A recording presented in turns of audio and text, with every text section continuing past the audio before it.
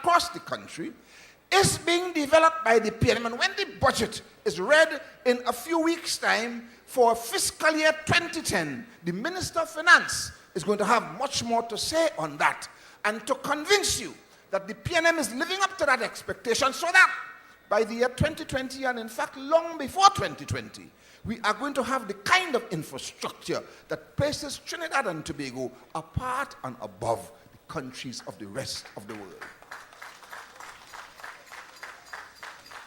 And as we do all of this,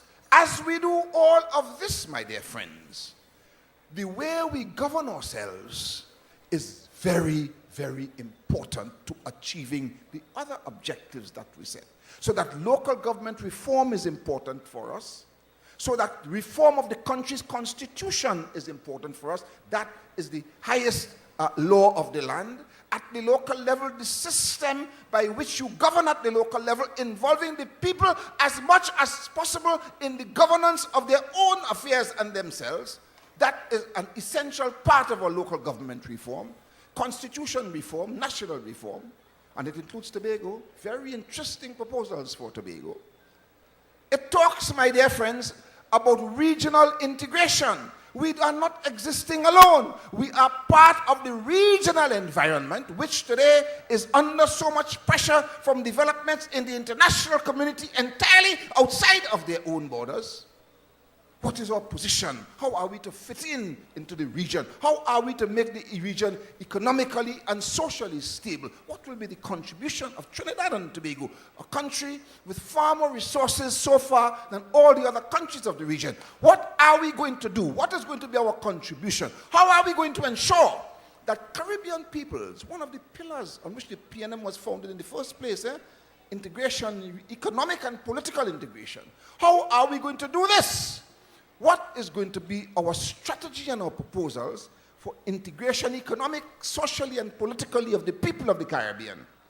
And finally, my dear friends, the fourth aspect of governing effectively, pillar number 5, will be what changes are we going to make to the governance of the international community at the United Nations, at the Organization of American States, at the International Monetary Fund, the Inter-American Development Bank, the World Bank, and so on, and the foreign policy of Trinidad and Tobago. How are we going to fit in our relations with other states of the world? What are the objectives that we set for ourselves? All of that constitutes vision, pillar number 5, on which the PNM proposes to take this country forward to develop country status by the year 2020.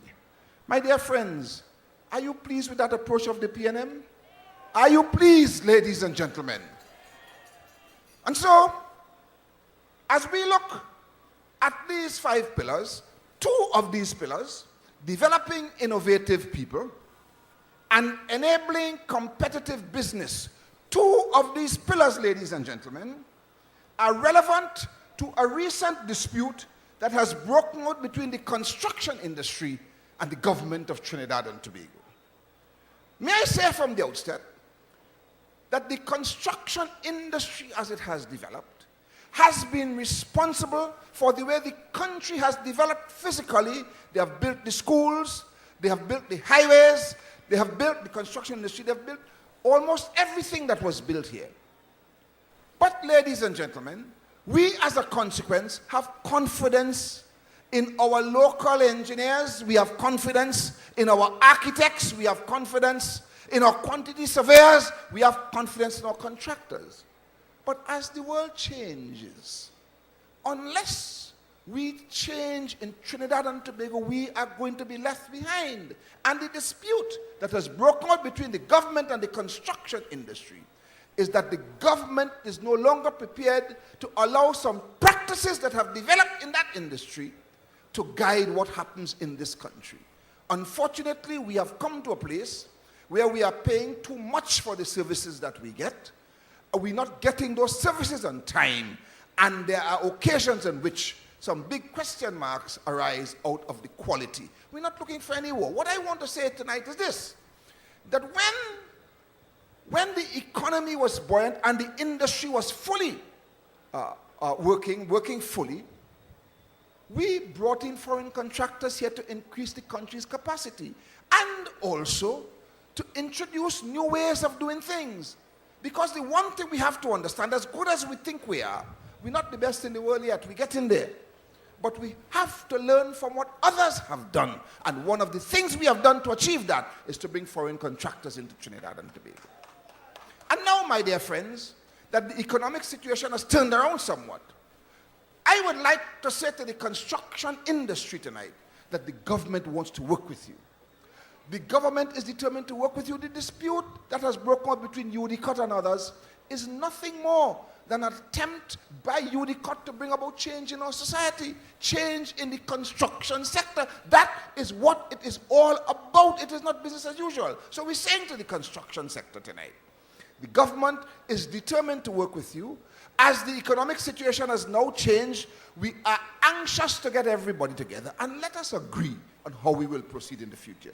Because the people of Trinidad and Tobago deserve much better than that to which they have now become accustomed. I have no doubt that we're going to come to some early conclusions and things will proceed well. And once again, at the end of the day, we'll be in a position to say, great is the PNM and it shall prevail.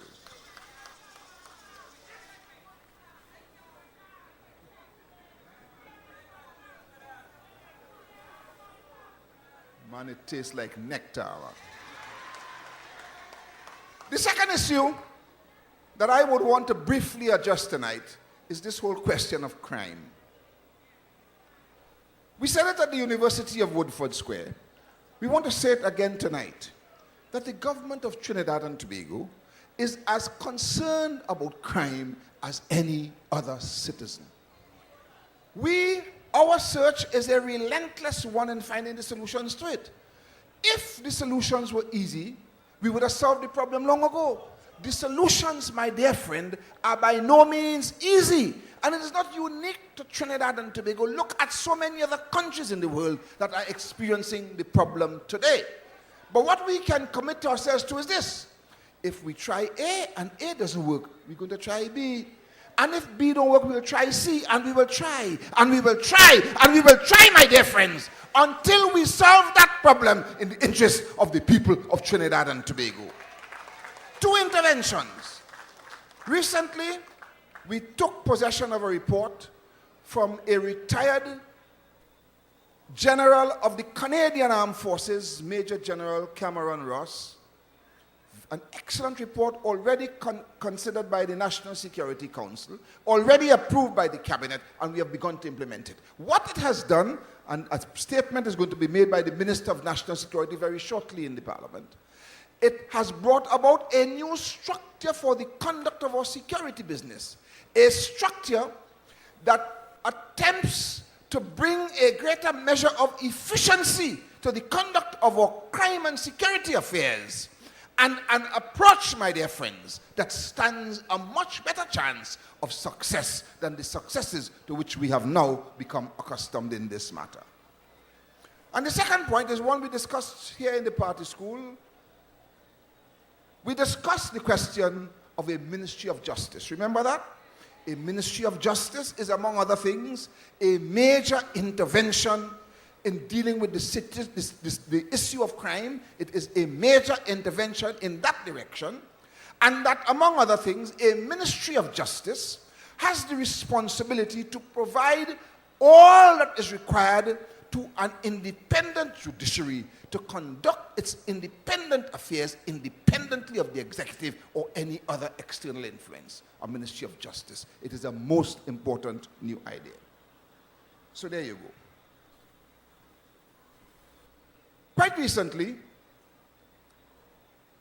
the head of a major international company that does business in Trinidad and Tobago came to see me. A company that has been here for some time, investing significant quantities of money in this country, a foreign investor. And I asked him this question.